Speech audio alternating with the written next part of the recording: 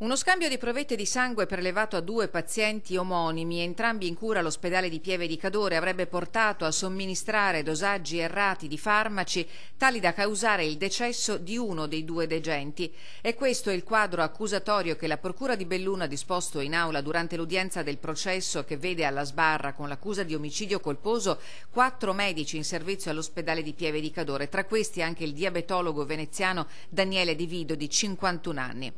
La vicenda giudiziaria riguarda la morte dello storico Alberto Giacobbi, presidente dell'Istituto per la Storia del Risorgimento Italiano, che risale alla primavera di 3 anni fa. Secondo la Procura di Belluno, l'uomo morì per infarto dopo che i medici non avrebbero disposto una visita cardiologica che avrebbe potuto tempestivamente evidenziare i segni tipici di una ischemia miocardica.